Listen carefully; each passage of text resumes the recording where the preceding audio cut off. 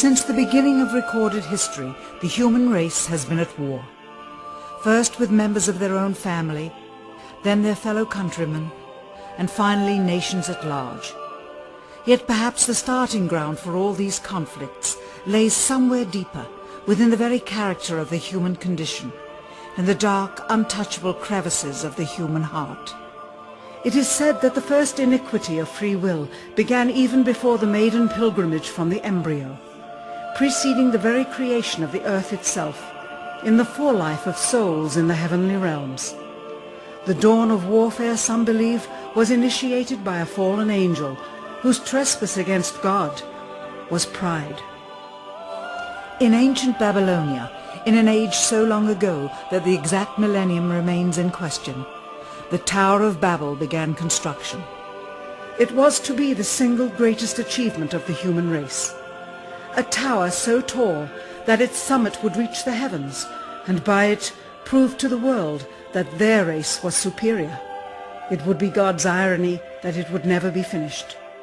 Time passed, nations fell, a machine age emerged, and once again the ingenuity of the species which held dominion over all others unveiled what was at the time the most monumental accomplishment ever imagined, the largest machine yet constructed, an automation so mammoth and so revered even before its first demonstration that its only befitting name was Titanic. On April 10th, 1912, it set sail. It was boasted to be the ship that God himself could not sink. It would be God's irony that the very element that was meant to keep it afloat would cause it to sink. Water, frozen water, in the form of an iceberg. Not even one voyage did it complete. And then the next age embarked into the annals of human history, perhaps the last age, the space age. Competition for victor was unparalleled. Powerful nations spent billions in unabashed rivalry to outdo the other. The Soviet Union launched the first orbiting satellite, the first animal, the first man. They had logged 500% more hours in space than the United States. And in June of 1969, they launched an unmanned probe to the moon to retrieve the first soil sample from another world, just 1 month before Apollo 11. That's how close the race was. Had their unmanned probe not crash-landed into the lunar surface, the first moon rock brought back to Earth would have been by the Soviet Union. Richard Nixon, president at the time, had this to say about the latest work of the human hand. It is the greatest week since creation, the greatest event since the laying of the foundation of the seas, since the origin of the universe itself, since the design and formation of the delicate human eye through which all these things are perceived, was a flying machine with its 2 passengers landing on its closest celestial neighbor and returning from where it came. Perhaps again God's irony lies somewhere within this great boast of humankind. The building of the tallest tower for the sole purpose of standing out among the races was never finished. The machine that was so great that it was said to be untouchable by even God never completed its first voyage. And finally, the crowning achievement of humankind, the greatest boast of the species, the event in human history most associated with pride in our own accomplishments, landing on the moon. 20 years later, and years behind schedule, the same space program couldn't put into Earth orbit a telescope with a lens that focused. And yet 2 decades earlier, a mission 100 times more complicated worked on its first occasion. With close scrutiny of the motives of the zealous Nixon administration, a critical examination of the entirely government-controlled press coverage, and newly discovered footage of the crew of Apollo 11 staging part of their mission, we wish to detail what may come to be the greatest government conspiracy of all time. A funny thing happened on the way to the moon.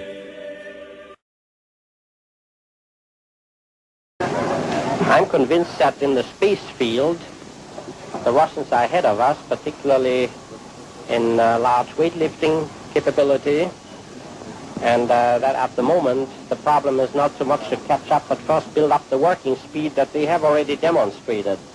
After we are running as fast as they do, there's still a considerable gap to close, and only the future will tell whether we'll manage to close that gap. We cannot and will not ever get into this race as we should, so long as all of our objectives are short-term objectives. We've got to have no finite end to our objectives. The end of our objectives should be as far as we can see at any given time. But right now, we need a 10 to 12-year program that has as its ultimate goal the manned domination of space. And if we don't, we're going to be in trouble.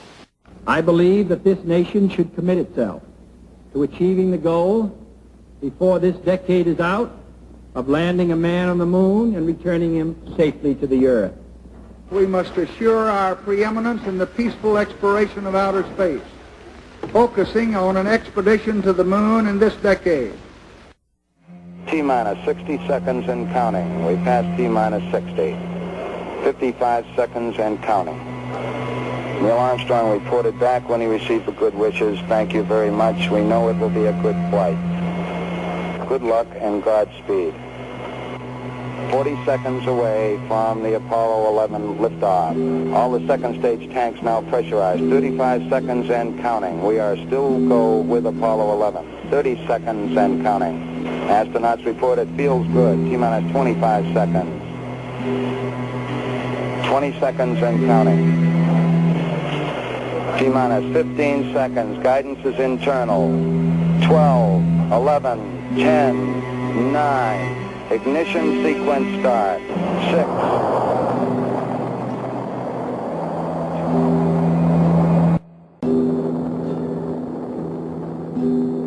Unbeknownst to the citizenry, high above the Earth, beginning at an altitude of 1,000 miles and extending an additional 25,000 miles, lay lethal bands of radiation called the Van Allen radiation belts. Every space mission in history with humans on board, from both the United States and Soviet Union, from the first in 1961 to the present, has been well below this deadly radiation field. Mercury, Gemini, Soyuz, Skylab, the Space Shuttle, all maintained altitudes well below 1,000 miles. All except Apollo.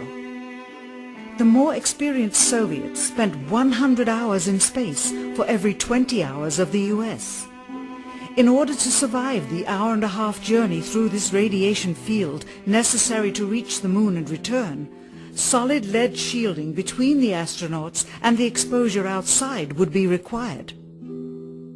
The mammoth Saturn V rocket used by Apollo was already 35 stories tall and weighed as much as a battleship. To add additional tonnage in the form of a lead barrier completely surrounding the crew members would have made it impossible for the vehicle to get off the ground.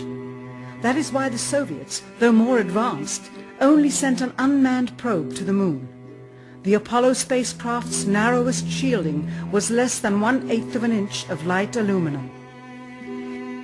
In 1998, the Space Shuttle flew to an altitude of 350 miles, one of its highest altitudes ever, hundreds of miles below the beginning of a field of radiation that was so severe that the astronauts inside of their shielded spacecraft and inside of their shielded spacesuits saw flashes of light with their eyes shut that they described as shooting stars, due to radiation penetrating first the shuttle's shielding, then their spacesuit shielding, then their skulls, and finally the retinas of their closed eyes. As a result, CNN issued the following report noting NASA's unpredicted surprise. The radiation belt surrounding Earth may be more dangerous for spacewalking astronauts than previously believed. Scientists say the phenomena known as the Van Allen belts can spawn killer electrons when the Earth's magnetic field changes. These electrons that are being studied could have an important effect not only on satellites, which has happened in the past, but could also affect the astronauts by creating large doses of radiation that could influence their health. The electrons can penetrate through various materials, including spacesuits, and can pass through, in fact, the walls of the space station, and can create high charges deep inside of these objects. President Kennedy, a man of political, not scientific background, set the irrevocable goal of landing a man on the moon by the end of the 1960s, just days after America's first astronaut had spent a mere 16 minutes in space, not even achieving a single orbit around the Earth. We choose to go to the moon in this decade and do the other things, not because they are easy, but because they are hard. We take an additional risk by making it in full view of the world. But as shown by the feat of astronaut Shepard, this very risk enhances our stature when we are successful. The technology necessary to launch the massive Saturn V rocket and an intercontinental ballistic missile is 95% similar. When the Soviet Union launched mankind's first satellite, Sputnik, in 1957, there was grave concern that they had mastered space ahead of the United States and might use this advantage to launch a first nuclear strike from an orbit high above North America.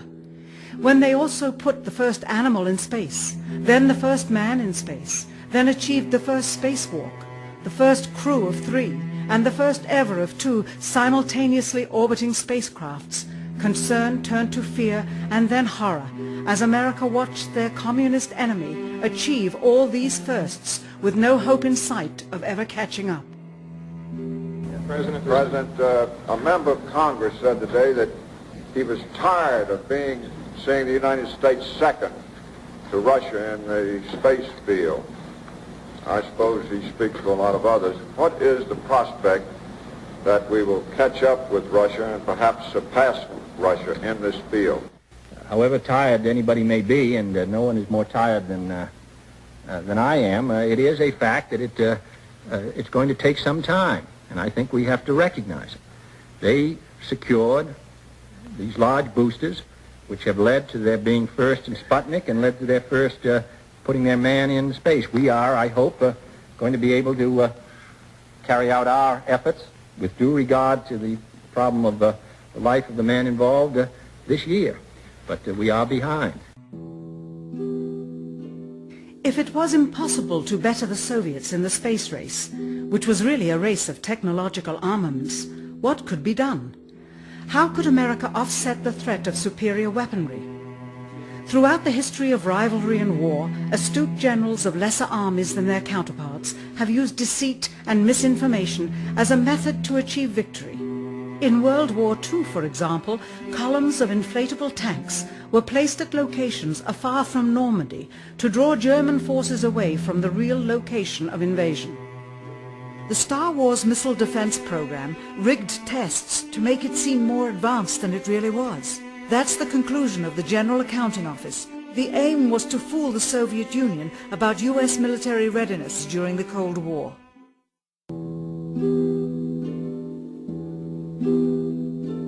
Certainly, it was not possible to fool just the Soviets about US strategic capability in the 1960s, while somehow informing 200 million Americans of the truth secretly. In order for them to believe the United States had the capability to go to the moon, everyone would have to believe it. Furthermore, the pride of a nation was at stake, and the goal of a martyr, not to mention the growing unrest domestically of a government throwing tens of thousands of lives away in a foreign war riddled with contradiction and ambiguity. In addition, the Apollo program had already spent billions of dollars. If it failed to achieve its goal with such an investment, it would indeed be a large and bitter pill for the taxpayers to swallow. The cost of the program, whose sole goal was to be the first to plant a flag on the lifeless rock just outside the Earth, if adjusted for inflation to the 21st century, was $135 billion. With a profit margin of just 7%, this would be equal to over $9 billion profit going to the privileged contractors chosen by their friends at NASA. If the machinery was in fact only achieving Earth orbit, as other earlier missions had already done, then the completion and functionality of the other components would not have been as important, and even more profit would have been made. $135 billion could feed 2 million people for their entire lives. It could also buy 2 million two-bedroom houses. Yet how could such an undertaking be kept secret, and for such a long time? To the latter, One needs only to remember that an unsolved riddle 6 years older, the assassination of President Kennedy, still daunts the minds of the vast majority of Americans.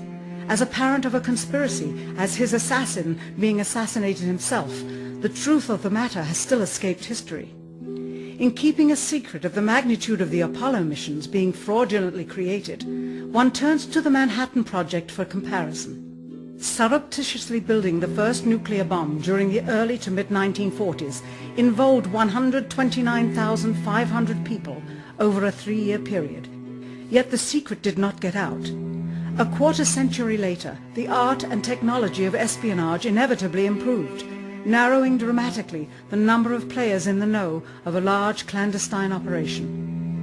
Just 1 year before the first mission to the moon, NASA launched the Tetra satellite, specifically designed to simulate flight data coming from the moon, so that the ground crews could rehearse the landing, much as the astronauts did in their own simulations. Had it not supposedly fallen back to Earth, all that would have been needed during the actual flight would be a repeat of one of these computer programs, with a few original variations, transmitted to the satellite for rebroadcast to Houston. Scores of computers and their deceived operators on the ground would then receive prearranged information, including the alleged location, altitude and fuel consumption of the spacecraft, as if it were descending to the moon's surface. If the Soviets tried to find the actual location of an Apollo crew in the hundreds of thousands of miles surrounding the Earth and the moon, it would be tantamount to trying to find a rowboat in the Atlantic Ocean. The fact that the Apollo program was so departmentalized, with various construction and test sites around the country, meant that only a few people saw the whole picture. And for the first time ever, there was no independent press coverage of such an historical event. Whatever pictures and sound were distributed to the public were strictly controlled and previewed by the federal government. They were then disseminated unchecked until this hour. For who would realize that the unthinkable was not only possible, but absolutely true?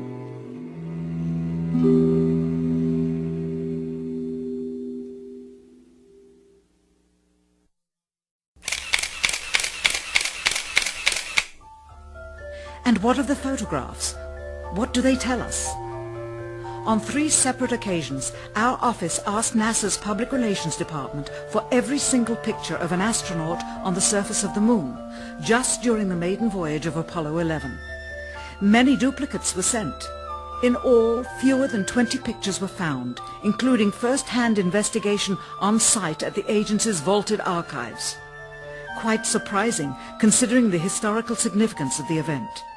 These very photographs are the same ones circulated year after year on anniversary commemorations. It is estimated that in just the first 60 minutes on the moon, motivated by the tenuous nature of the circumstances, many more exposures could have been expediently taken. Also surprising is the scarcity of photographs of the mission's chief pioneer, Neil Armstrong. The greatest achievement in human history, and of the man whose first step echoed around the world, dawning a new age of scientific enlightenment, there is only one full-body picture of him on the moon, besides this ghostly reflection. This one, taken by an automatic camera mounted on the side of the lunar module. Perhaps he feared liability should the whole conundrum later become unraveled. Perhaps he has forgotten that he attested to the authenticity of the event with his signature on this plaque engraved by the federal government. In fact, in the more than 30 years since the event, aside from NASA's initial press conference and the occasional brief anniversary remarks where few questions were permitted, he has never given one on-camera interview to anyone, ever. From an analytical standpoint, photographic anomalies have to be sought out with an understanding of lighting and shadows. The most straightforward is simple. When objects are lit solely by the sun, as all the scenes on the moon were said to be, after all, lighting equipment was not only impractical, it was unnecessary in bright sunlight, then all shadows, regardless of the landscape, will run parallel with one another and never intersect, as shown by this example. In these seldom-seen photographs, obtained from a rarely used auxiliary NASA archival site, it is clear that these scenes were lit with artificial light. These shadows, which are cast at different angles, are evidence that a second light source is being used. In addition, the sun would not cause an isolated hotspot like this, only an artificial light would. Again, intersecting shadows and another hotspot. And again. And again. It is simply impossible for this picture to have been taken with sunlight on the moon. Here, the shadows are shown to be as black as pitch. And yet here, completely in a shadow, the astronaut is lit up like a Christmas tree. How can this be? Or this, on the shadow side of the lunar module. In this magnification of an Apollo photograph, a rock, very likely a papier-mâché prop because of the crease here, is categorized with the letter C. In later releases of the same picture, the letter is gone, probably airbrushed out. Here a crosshair, which was burned directly into the image from the film plate and thus should always appear on top of the objects in the photograph, appears behind the object in this scene, clearly revealing a composite of two pictures into one. Someone apparently forgot to create a burn crater underneath the lunar module's 10,000-pound thrust engine, despite the fact that during ground tests there was a real concern for the vehicle falling into the hole the engine created as it descended. Here is a Norman Rockwell depiction drawn just 2 years earlier based on the latest specifications and scientific data. In these enlargements, it looks as though the lunar module was simply placed there. Not even one speck of moon dust on the landing pod.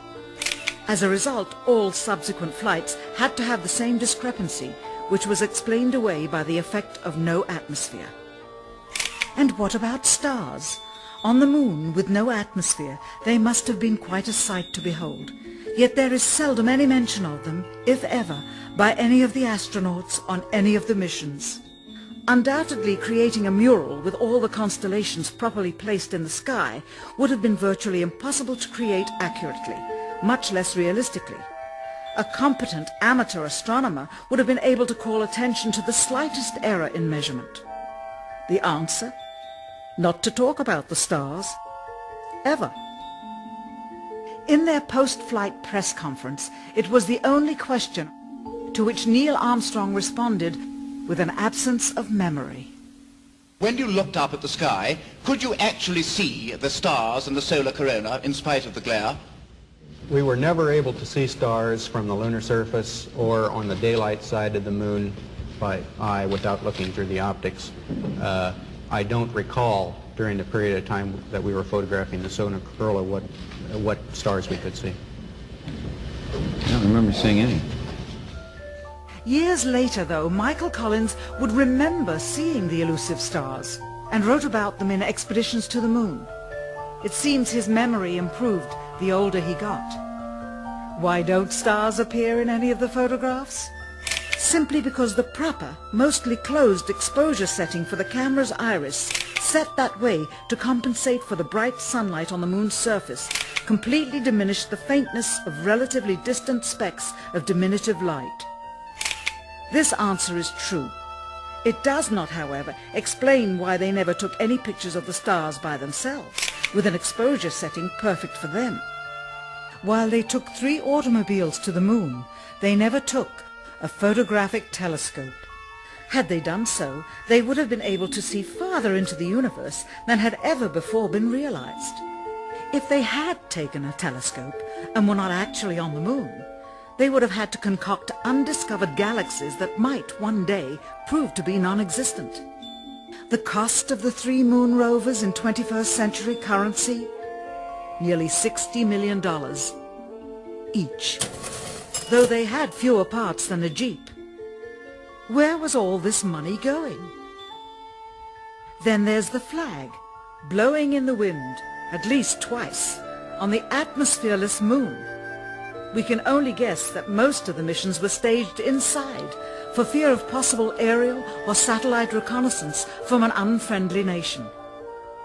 The backpacks, designed for 1/6 gravity, must have had the cooling systems removed to allow for movement without falling over. with very near and hot studio lighting that left one hot astronaut inside.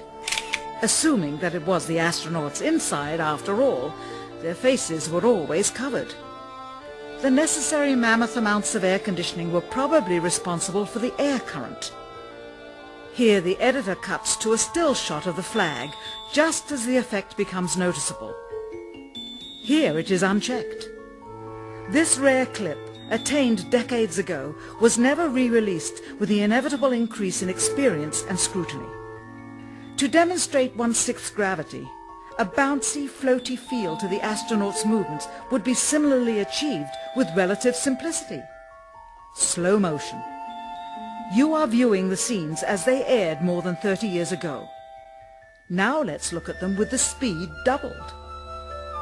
It becomes discernible that they are, in fact, in Earth's gravity, and are no more leaving the ground than they would on Earth. It is clear from these rarely seen color television pictures that the crew of Apollo 11 brought a high-resolution color video camera with them on their mission, yet the only pictures broadcast live from the moon's surface were these from a low-definition black and white camera. In fact, the networks complained because in addition to this, they were forced to shoot the images, second generation, off of a projection TV of the technology of 30 years ago, and were not even allowed to take a direct feed, which further degraded the quality and clarity of the images. Perhaps this was precisely what NASA and the federal government had in mind. After all, it was a first, regardless of where they were. Better to open up their debut mission with fuzzy pictures and numerous blackouts, rather than show too much revealing detail of a false scene that was yet unproven. And finally, the element that seals their fate. Of all the footage of Apollo 11 requested from NASA over a 5-year period, one gem was discovered just before the completion of this documentary. An old reel received by mistake. It contains the raw or unedited footage of the crew of Apollo 11, Michael Collins, Edwin Aldrin Jr. and Neil Armstrong, staging part of their mission for nearly an hour in living color, with exceptionally clear behind-the-scenes audio of conversations discussing the techniques used to achieve a disingenuous picture depicting the Earth at a distance, in order to falsely demonstrate their far journey from it and their ability to survive passing through the Van Allen radiation belts. It cannot be misconstrued that this staging was done for some other reason prior to the mission, for the reel itself is slated and dated July 18th, 19th and 20th, 1969, the very days of the mission when they were said to be approaching and achieving lunar orbit. Furthermore, it is apparent they are in genuine zero gravity aboard the actual spacecraft, necessary to convince the mass media of their authenticity, just not any further than Earth orbit, as you will see. In this never-before-seen or heard footage, not only is the radio conversation between the astronauts and Houston Control audible, there is a secondary, private conversation taking place between the crew and a third confidential party, prompting the astronauts with what to say, when to speak, and how to effectively manipulate the camera to achieve the desired misleading effect. NASA claims that the Houston transmissions were the only ones taking place with the astronauts. Listen now as Houston Control initiates a conversation with the crew, only to find them too preoccupied with the behind-the-scenes trickery to respond. Moments pass and the oversight is picked up on by the clandestine third party, who quickly prompts them with talk. Immediately, Neil Armstrong speaks. Hello, Apollo 11. Houston, Goldstone says that the TV looks great. Over.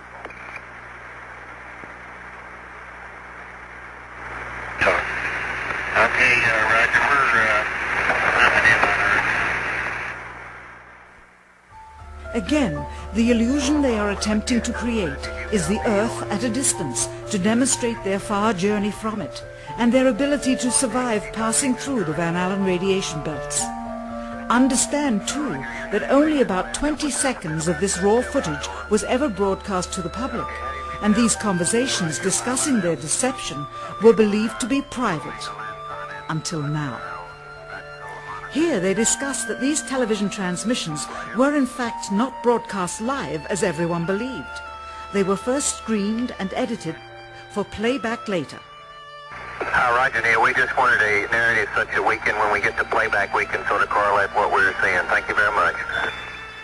Here they discuss the fact that they have turned out the lights and have blocked out sunlight from entering the spacecraft through the other windows, as to not cause any reflected light to fall onto the spacecraft's wall in the foreground. Okay, very good. Well, we shut out the sun coming in some of the other windows into the spacecraft, so it's looking through the number one window, and there isn't any reflected light. The reason this was done is so that the truth of the matter would not be revealed. It is this. Though the federal government would have you believe that this is a view of Earth from a distance out of the spacecraft's window as it nears the moon, it is not. What they have ingeniously done is placed the camera at the back of the spacecraft and centered the lens on a circular window in the foreground, outside of which it is completely filled with the Earth in low orbit. The circumference of the window then appears to be the diameter of the Earth at a distance, with the darkened walls of the spacecraft appearing to be the blackness of space around it. That is why they wanted the interior dark and blocked out the sun from entering through the other windows. Here you can see the extruded window, probably 2 inches thick at the bottom. This is because the Earth's shine is coming in at a downward angle. It also causes the Earth to appear to be an irregularly shaped circle, for you are seeing the outside of the window at the bottom and the inside of the window at the top, which together form 2 different sized halves of a circle. Subsequently, this take was never used. As they perfected the shot, a crescent-shaped piece of black material was inset slightly into the window to create the illusion of the Earth's terminator line dividing night and day. It is uncannily convincing. During this segment, intended to be edited and played back later for the worldwide television audience, dated July 18, 1969, Neil Armstrong condemns himself as he states that he is 130,000 miles out, or halfway to the moon, as the NASA flight log also states on this date, when he is in reality in low Earth orbit of a few hundred miles. Roger, Houston, Apollo 11. Calling in from about 130,000 miles out. Here, during another segment, also intended to air after review, Neil Armstrong falsely explains to the viewers how the shot is attained by putting the camera's lens to the window's glass, as it would have to be if they were the claimed distance away from the Earth. We only have one window that has a view of the Earth, and it's filled up with the TV camera. If the window was completely filled up with a TV camera, as he stated, then an astronaut's arm would not be able to get between the camera and the window, as it obviously does here in this outtake.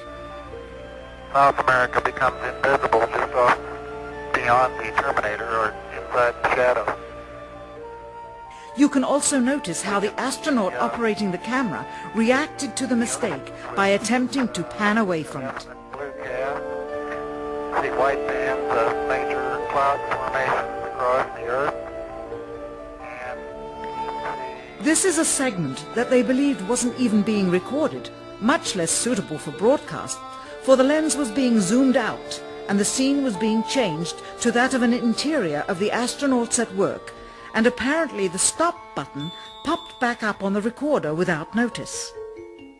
Here is the diffused work light that they used to see camera controls, but not throw light onto the spacecraft's wall. Here they remove part of the crescent insert.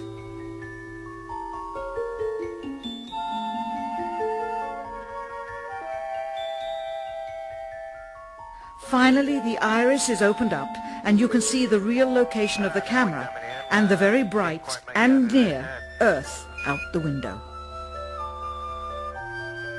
Here is the slate for the 19th of July, and the same shot of trickery on the 19th of July, and then the 20th, and the same misleading shot on the 20th.